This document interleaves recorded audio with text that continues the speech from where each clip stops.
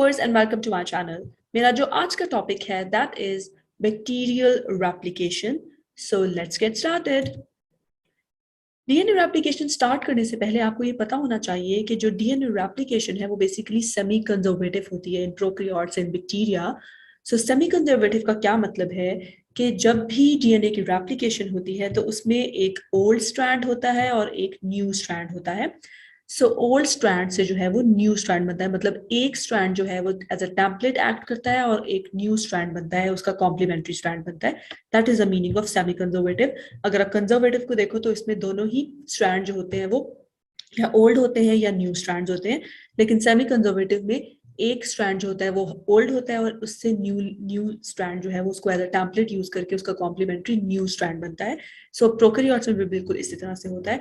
DNA replication जो है वो सेमी कंजर्वेटिव होती है। एक टेम्पलेट को एज एक स्ट्रैंड को एज अ टेम्पलेट यूज किया जाता है और दूसरा उससे इसका कॉम्प्लीमेंट्री स्ट्रैंड बनता है। बट स्ट्रैंड्स बनाने के लिए हमें क्या किन चीज़ों की ज़रूरत है वो हम देखते हैं। सबसे पहले तो हमें चाहिए होता है एक पॉइंट ऑफ ऑरिजिन, जिसको आप शॉर्ट फॉर्म में ओरी भी कह सकते हैं या ओरिजिन ऑफ रेप्लिकेशन भी कह सकते हैं। पॉइंट ऑफ ओरिजिन क्या होता है? पॉइंट ऑफ ओरिजिन वो ओरिजिन है, वो पॉइंट है जहां से रेप्लिकेशन स्टार्ट होती है, रेप्लिकेशन बबल बनता है, जहां पर प्रोकैरियोट्स में रेप्लिकेशन बबल की फॉर्म में जो है कंप्लीट होती है रेप्लिकेशन। सो जो प्रोकैरियोट्स होते हैं उसमें एक पॉइंट ऑफ ओरिजिन होता है या ओरी होता है, लेकिन यूकैरियोट्स से अगर हम बात करें तो उसमें मल्टीपल ओरिजिन ऑफ रेप्लिकेशन होते हैं। सो सब first of all we need a point of origin जहां से रेप्लिकेशन स्टार्ट होगी, उसको आप ओरी भी कह सकते हैं। और इसके अलावा आपको कुछ की प्लेयर्स चाहिए होते हैं डीएनए रेप्लिकेशन में। सिर्फ पॉइंट ऑफ ओरिजिन से काम नहीं चलता, बल्कि आपको कुछ की प्लेयर्स भी रिक्वायर होते हैं। So let's meet the key players of DNA replication. Meet the first key player that is helicase. इसको आप एनजिपिंग एंजाइम भी कहते हैं, इसको हम फंक्शन बाद में देखते हैं। The second one is primase, जिसको आप इनिशियलाइजर भी कह सकते हैं। वो इसको हम क्यों इनिशियलाइजर कहते हैं ये भी हम नेक्स्ट इंशाल्लाह वीडियो में देखते हैं। DNA polymerase is our next key player, that is the builder. And finally, we have ligase, which is also known as the gluer in DNA replication. So ये थे हमारे की प्लेयर्स। अब हम देखते हैं कि जो हेलिकेज है, जो हमारा फर्स्ट मेजर की प्लेयर था, वो करता क्या है। बेसिकली जिसको हमने अनजिपिंग एंजाइम कहा था, तो वो अनजिप करता है। क्या अनजिप करता है? जो डबल स्ट्रैंडेड डीएनए होता है, हमें पता है डीएनए डबल स्ट्रैंडेड होता है प्रोकैरियोट्स में भी।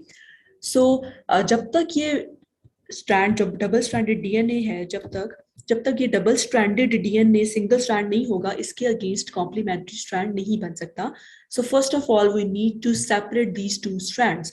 और ये हमारे लिए कौन करता है? अनजिप कौन करता है? डबल स्ट्रैंडेड डीएनए मॉलिक्यूल को सिंगल स्ट्रैंडेड कौन बनाता है?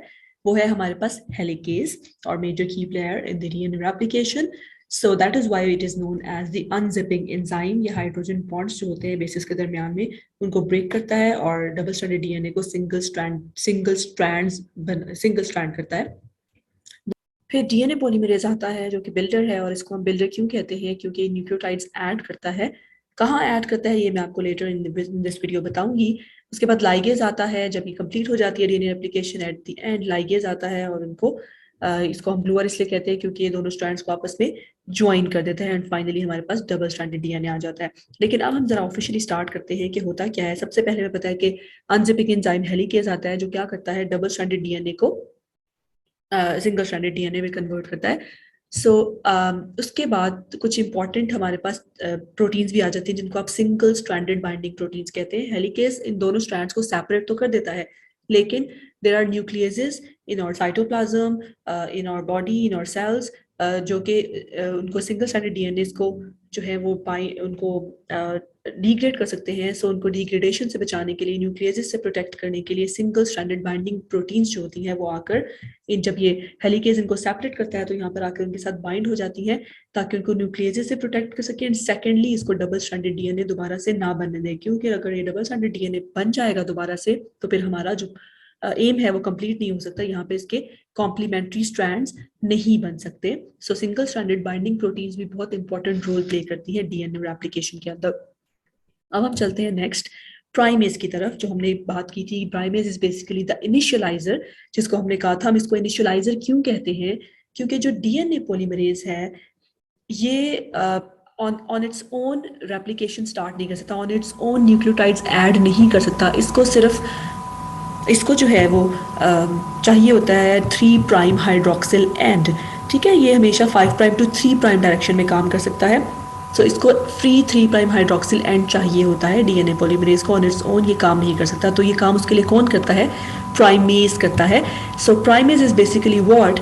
Primer is made up of RNA. It is 10 to 12 nucleotide sequence का आरएनए का सीक्वेंस होता है, जो यहाँ पर प्राइमेज पहले आकर ऐड करता है और डीएनए पॉलीमरेज को उसका रास्ता दिखाता है that this way big guy, यहाँ से आपने स्टार्ट करनी है replication. Here is your 3 prime hydroxyl and, जहाँ पर आप न्यूक्लियोटाइड्स ऐड कर सकते हो। सो प्राइमेज द इनिशियलाइजर, इसको हम इसीलिए कहते हैं क्योंकि ये इनिशिएट करवाता है डीएनए पॉलीमरेज से replication by adding 10 to 12 nucleotides, और उसको 3 प्राइम हाइड्रोक्सिल एंड प्रोवाइड करता है।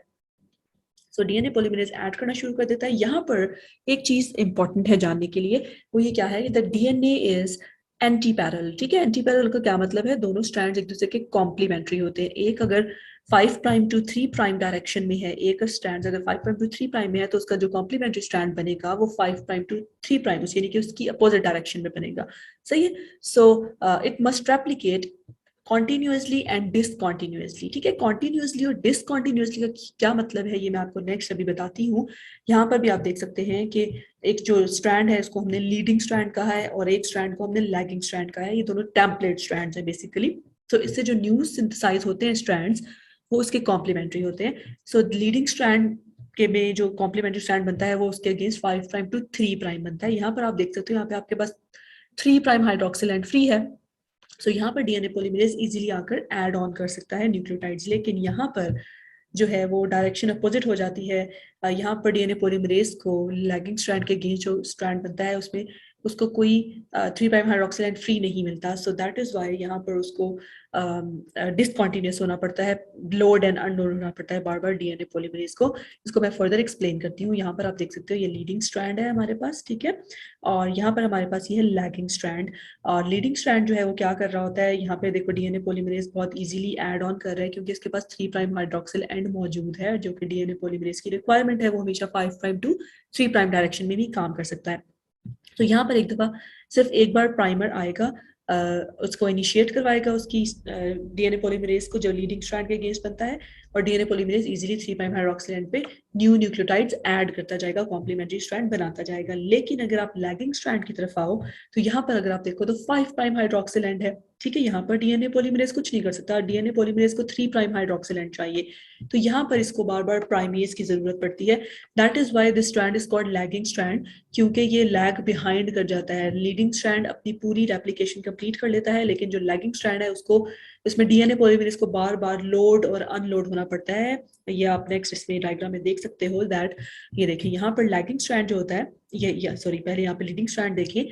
लीडिंग स्ट्रैंड की जो रेप्लिकेशन है, कॉम्प्लीमेंट्री स्ट्रैंड जो उसके बनना है वो बिल्कुल स्मूथ है, ठीक है, इसमें कोई गैप्स नजर नहीं आ रहे हैं आपको। लेकिन अगर आप लैगिंग स्ट्रैंड को देखोगे, उसके अगेंस्ट जो कॉम्प्लीमेंट्री स्ट्रैंड बन रहा है उसमें आपको गैप्स नजर आते हैं, और यहाँ पे आपको बार बार प्राइमर्स नजर आ रहे हैं। क्योंकि बार बार प्राइमर्स यहाँ पर क्यों ऐड होने पड़ते हैं, क्योंकि यहाँ पर ये 5 प्राइम एंड आ जाता है, और 5 प्राइम एंड पे डीएनए पॉलीमरेज अगेन वो नहीं वर्क कर सकता, इसीलिए बार बार प्राइमर्स आते हैं, ऐड होते हैं। प्राइमेज बार बार यहाँ पर आकर प्राइमर को ऐड करता है ताकि डीएनए पॉलीमरेज को 3 प्राइम हाइड्रोक्सिल एंड प्रोवाइड कर सकते हैं, because we know that DNA polymerase always works in 5 prime to 3 prime direction, because it can only add nucleotides to the 3 prime एंड। सो ये यहाँ पर प्राइमेज को लैगिंग स्ट्रैंड की अगेंस्ट जो कॉम्प्लीमेंट्री स्ट्रैंड बनता है उसमें बार बार प्राइमेज को आना पड़ता है और डीएनए पॉलीमरेज की हेल्प करनी पड़ती है। That is why primase always says that how do I always get stuck with the lagging strand which lags behind, that is why it is called lagging strand, क्योंकि ये leading strand से पीछे रह जाता है। लीडिंग स्ट्रैंड फॉरन से अपनी replication complete कर लेता है, लेकिन लैगिंग स्ट्रैंड को चंक्स में अपनी रेप्लिकेशन कंप्लीट करनी पड़ती है। सो यहाँ पर देखो जैसे लीडिंग स्ट्रैंड अगेन उसको वो टीज कर रहा है डीएनए पॉलीमरेज जो लीडिंग स्ट्रैंड का है, that working a little slow Bob, means जो लैगिंग स्ट्रैंड का डीएनए पॉलीमरेज है उसको चूंकि बहुत मुश्किल होती है, उसको 3 प्राइम हाइड्रोक्सिल एंड नहीं मिल रहा होता। सो ये इसको टीज कर रहा है that yes you try working backwards, मैं अपोजिट डायरेक्शन में काम कर रहा हूँ, that is why I am working little slow, I can not add nucleotides at 5 prime to 3 prime 3 prime to 5 prime direction. Someone might think you are lagging behind. The lagging behind means, English में अगर मैं इसकी बात करूँ तो lagging behind करूँ तो पीछे रह जाना. सो दैट इज वाई ये जो डीएनए पॉलीमरेज है लैगिंग स्ट्रैंड का वो पीछे रह जाता है लीडिंग स्ट्रैंड के डीएनए पॉलीमरेज से, because of the requirement of 3 prime hydroxyl and, उसको 3 prime हाइड्रोक्सिल एंड नहीं मिल रहा होता. अच्छा, अब जब जैसे हमने पहले बात की कि इसमें गैप्स होते हैं, लैगिंग स्ट्रैंड के अगेंस्ट जो कॉम्प्लीमेंट्री स्ट्रैंड बनता है उसमें गैप्स होते हैं, ठीक है, बार बार प्राइमर्स आते रहते हैं. So these gaps are called Okazaki fragments, क्योंकि इसकी जो रेप्लिकेशन है वो कंप्लीट होती है इनटू फ्रैगमेंट्स. 5 प्राइम एंड आता है, उसके बाद प्राइमर को ऐड करना पड़ता है, 3 प्राइम हाइड्रोक्सिल एंड प्रोवाइड करना पड़ता है, फिर डीएनए पॉलीमरेज आता है और फिर कुछ न्यूक्लियोटाइड्स ऐड करता है, फिर 5 प्राइम एंड पे उसको एंड अप करना पड़ता है, अनलोड होना पड़ता है, फिर प्राइमेज आता है और प्राइमर ऐड करता है, देन डीएनए पॉलीमरेज को 3 प्राइम हाइड्रोक्सिल एंड प्रोवाइड करता है, एंड फाइनली इस तरह से ये जो लैगिंग स्ट्रैंड की रेप्लिकेशन है वो चलती रहती है. और यहाँ पर आपको डिफरेंट फ्रैगमेंट्स मिलते हैं. So these fragments are called Okazaki fragments which are named after their scientist.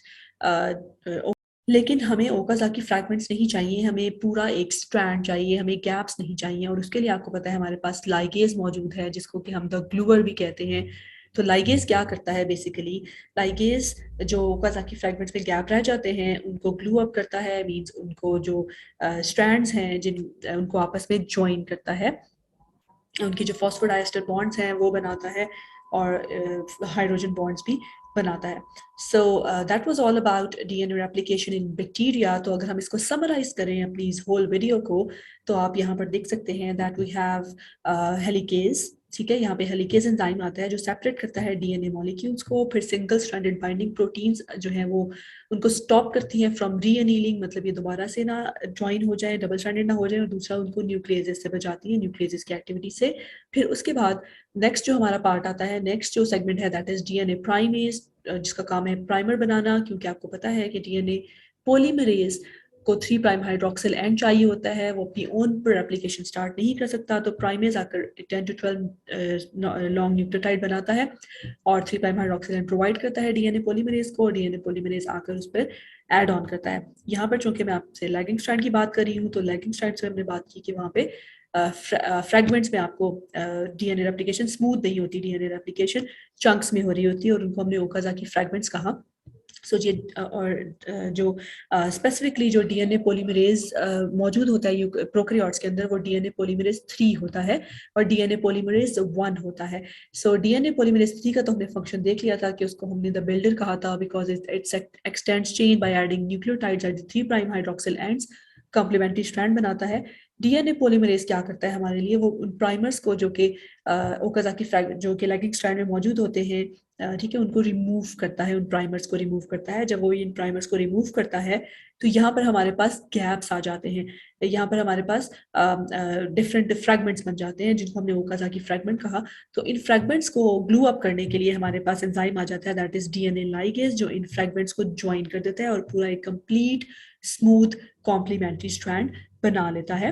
सो आप इस एनिमेशन में भी देख सकते हैं किस तरह से लीडिंग एंड लैगिंग स्ट्रैंड की डीएनए रेप्लिकेशन हो रही होती है. ये आपके सामने लीडिंग और लैगिंग स्ट्रैंड है.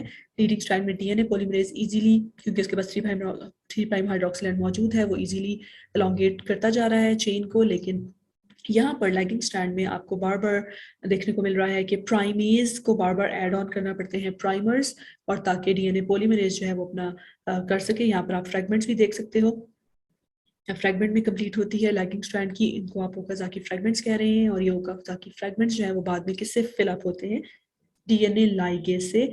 So that was all about DNA replication.